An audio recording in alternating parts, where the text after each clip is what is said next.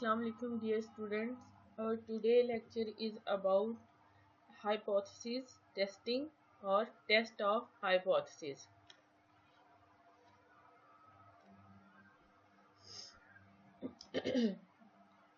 Now what is test of hypothesis? Hypothesis. Hypothesis is generally considered the most important instrument in research. Its main function is to suggest new functions and ideas.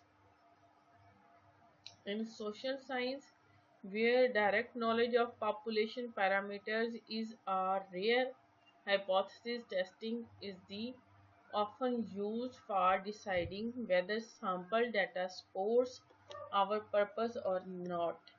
कि hypothesis testing क्यों की जाती है?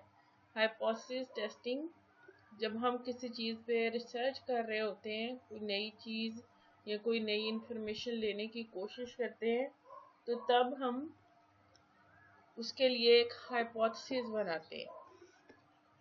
और जो sciences हैं, basic sciences हैं या अप्लाइड साइंसेस हैं, उनमें हम ये इंफॉर्मेशन जो है वो गेन करते हैं by experiments. While in social sciences, जहाँ पे एक्सपेरिमेंटेशन पॉसिबल नहीं होती, वहाँ पे फिर हम सर्वे से डाटा इकट्ठा करते हैं या इस तरह के दूसरे नॉन एक्सपेरिमेंटल मेथड्स जो हैं उनको यूज किया जाता है। What is hypothesis? Generally hypothesis is considered as an assumption or a supposition which has to be proved or disproved. Hypothesis क्या है? ये ऐसी स्टेटमेंट है या एक assumption या एक सपोज्ड आइडिया है जिसके आपने अपने एक्सपेरिमेंटेशन या अपने जो गेन्ड डाटा है उसकी बेस पे उस assumption को सही या गलत साबित करना है। But for a researcher hypothesis is a formal question that he has to resolve, कि जिसका आंसर उसने तलाश करना है। A hypothesis may be defined as a proposition or a set of propositions set forth as an explanation for the occurrence of some specific group of phenomena. कि क्या है, हम इसको यूं भी कह सकते हैं कि ये ऐसा आपका प्रपोज्ड आइडिया है या आइडियाज हैं जिनको आपने प्रूव करना है, जिनका आंसर आपने सर्च करना है। A research hypothesis is a predictive statement capable of being tested by scientific method. कि जो रिसर्च में हाइपोथेसिस है वो क्या है? ये ऐसी स्टेटमेंट है जिसको साइंटिफिक मेथड से, ये साइंटिफिक मेथड अब क्या है? ये वो है जो आप 9th में भी पढ़ चुके हैं अपनी बायो की बुक में, और एफएससी में भी फर्स्ट ईयर के पहले चैप्टर में पढ़ चुके हैं। That relate an independent variable to some dependent variable. Example: the mileage of automobile A is as good as automobile B. ये एक स्टेटमेंट है। The customer loyalty of brand A is better than brand B. ये एक और assumption है। These hypotheses are capable of objectively verified and tested. यानी कि ये दो जो assumptions हैं, ये दो जो statements हैं, इन दोनों को टेस्ट किया जा सकता है और वेरीफाई भी किया जा सकता है, और फिर हम ये नतीजा इससे ड्राइव कर सकते हैं कि ये assumptions जो हैं वो ठीक हैं या नहीं है। Characteristics of a hypothesis. Hypothesis should B clear and precise. Hypothesis में कोई एम्बिग्युइटी नहीं होनी चाहिए, उसको क्लियर होना चाहिए। Hypothesis should be capable of being tested. Hypothesis को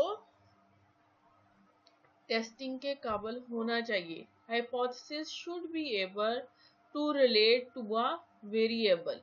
कि हाइपोथेसिस ऐसी होनी चाहिए जिन वेरिएबल्स को आप स्टडी कर रहे हैं उसके साथ उसकी रेलिवेंसी भी हो। ये ना हो कि हाइपोथेसिस कुछ और हो और चेक आपने कुछ और करना हो।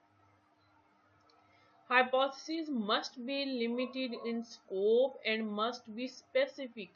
मोस्टली जितनी प्रिसाइज होगी, जितनी स्पेसिफिक होगी, उतनी आपकी रिसर्च जो है वो बेटर तरीके से आपका जो पर्पस है जिसके लिए आप रिसर्च कर रहे हैं उसको पूरा कर सकेगी। Hypotheses must be stated in very simple terms. Simple से सिंपल उसके लिए टर्मिनोलॉजी रखनी है। Hypothesis must be consistent with most known facts. Hypothesis must be testable with in a reasonable time. ये नहीं कि कोई ऐसी हाइपोथेसिस बना लें जिसको चेक करने पे कई सदियां लग जाए। Hypothesis must explain the facts which most need explaining. Basic concepts concerning testing of hypotheses. Null hypothesis and alternative hypothesis. In statistical analysis is if we want to compare method A with method B, and if we proceed with the assumption that both methods are equally good, then this assumption is termed as null hypothesis. As against this, we may feel that method A is better than method B, then we call it as alternative hypothesis. Null hypothesis is generally is termed as H0 and ये zero जो है ये इसके subscript में आना है। And alternative hypothesis symbolised as HA. Suppose we want to test the hypothesis that the population mean mu is equivalent to hypothesized mean, then mu naught is equal to 100.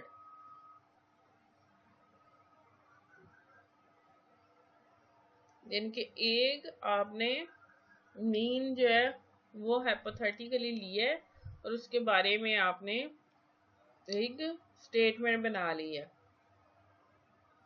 Then null hypothesis would be population mean is equal to hypothesised mean, यानी कि जो आपने फर्ज किया था वो उस mean के बराबर। अपने नल हाइपोथेसिस कैसे लिखेंगे? H0 mu is equal to mu H0 is equal to 100। हमने ये कहा कि किसी पॉपुलेशन का जो मीन है वो सपोज मीन 100 है। अब हमने चेक करना है, उसके लिए नल हाइपोथेसिस बनानी है कि उस पॉपुलेशन का मीन 100 है या नहीं। तो उसके लिए हमारी जो हाइपोथेसिस की स्टेटमेंट है वो ऐसे बनेगी। The null hypothesis H0 represent a theory that has been put forward either because it is believed to be true or because it is to be used as basis for argument, but has not been proved. For example, in a clinical trial of a new drug, the null hypothesis might be that the new drug is no better on average than the current drug। कि कोई drug या medicine जो है उसको test करना है और उसके लिए हमें बनानी है।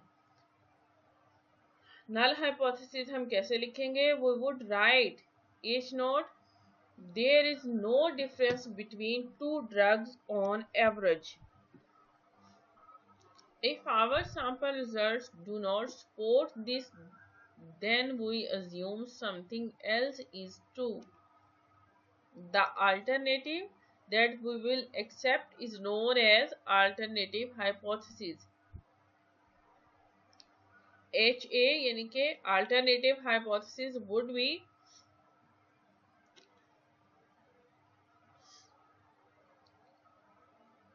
H नॉट आपने बनाई थी mu H mu is equal to H not में आपकी जो नल हाइपोथेसिस है उसको हमने यूं लिखा था mu is equal to mu H not, और जब हमारी अल्टरनेट बननी है तो वो हमारी बन जानी है कि mu is not equal to mu not mu H not, that is population mean is not equal to hypothesis mean, और फिर आप लिखेंगे साथ HA H नॉट की जगह। The alternative hypothesis HA is a statement of what a statistical hypothesis test is set up to establish. For example, in a clinical trial of a new drug, the alternative hypothesis might be that the new drug has a different effect on average compared to that of the current drug. अब हमने इसकी यानी कि जैसे जिसकी हमने पहले null hypothesis बनाई है उसके अल्टरनेटिव हमें क्यों बनाना है? वी वुड राइट HA यानी कि alternative hypothesis the two drugs have different effects on average. Alternative hypothesis को हम एक और तरीके से भी लिख सकते हैं। वो तरीका क्या हो सकता है?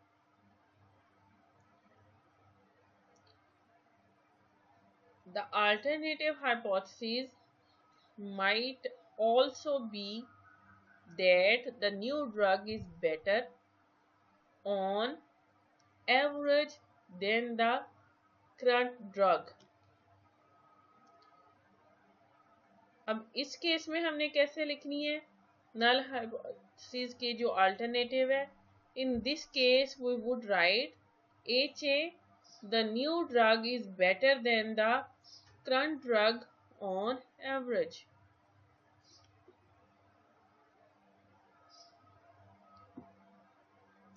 H naught mu smaller than mu H naught, that is population mean is greater than hypothesized mean. H naught mu greater than mu H naught, that is population mean is lesser than hypothesized mean.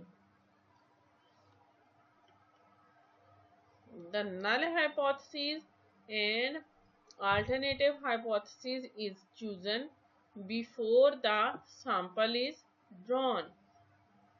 Sample लेने से पहले, research start करने से पहले, सर्वे करने से पहले, data इकट्ठा करने से पहले नल हाइपोथेसिस बनानी जरूरी है।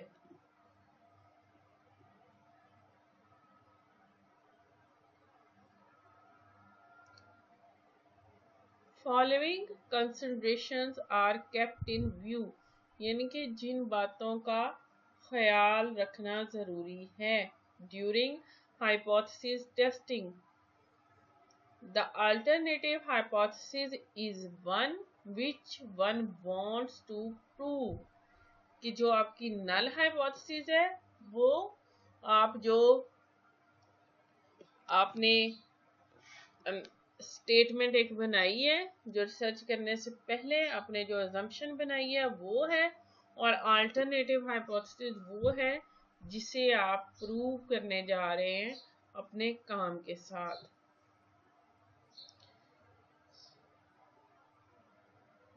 some other considerations that you kept in view while doing research.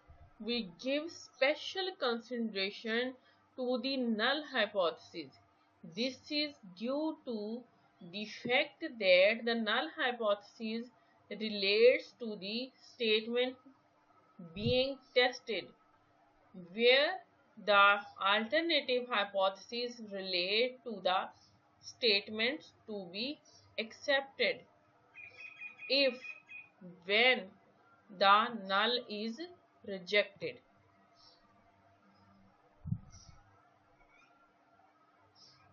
क्या है कि जो हमने पहले बात की है, null hypothesis relates to the statement being tested, जबकि the alternative hypothesis relate to the statement to be accepted, यानी कि जो आपने टेस्ट करने से पहले आपने स्टेटमेंट बनाई है वो स्टेटमेंट है जिसको आपने टेस्ट करना है नल हाइपोथेसिस से, और अल्टरनेटिव हाइपोथेसिस के जो आपका रिजल्ट आएगा ये वो होगा जिसे आपने एक्सेप्ट करना है.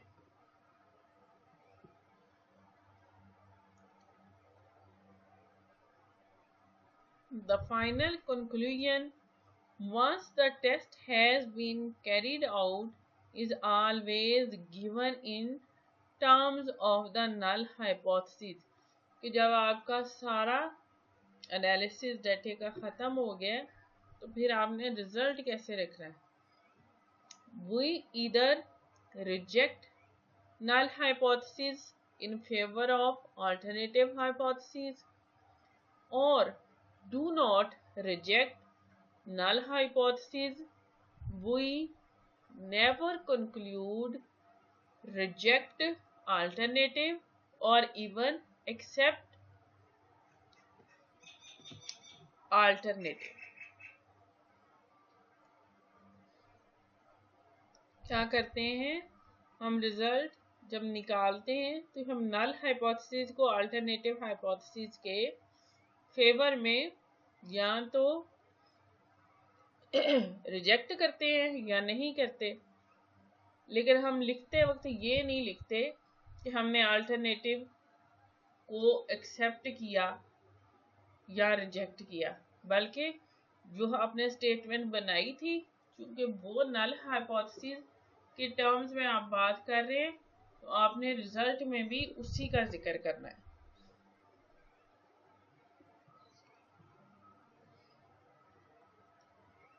इफ वी कंक्लूड, अगर हमारा ये रिजल्ट आता है do not reject alternate hypothesis, this does not necessarily mean that the null hypothesis is true.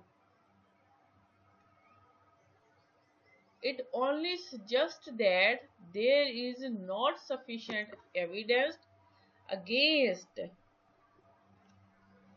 null hypothesis in favor of alternative hypothesis.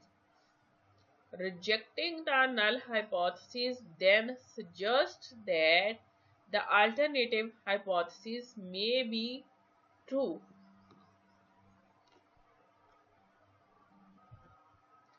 That's all students. Thank you very much.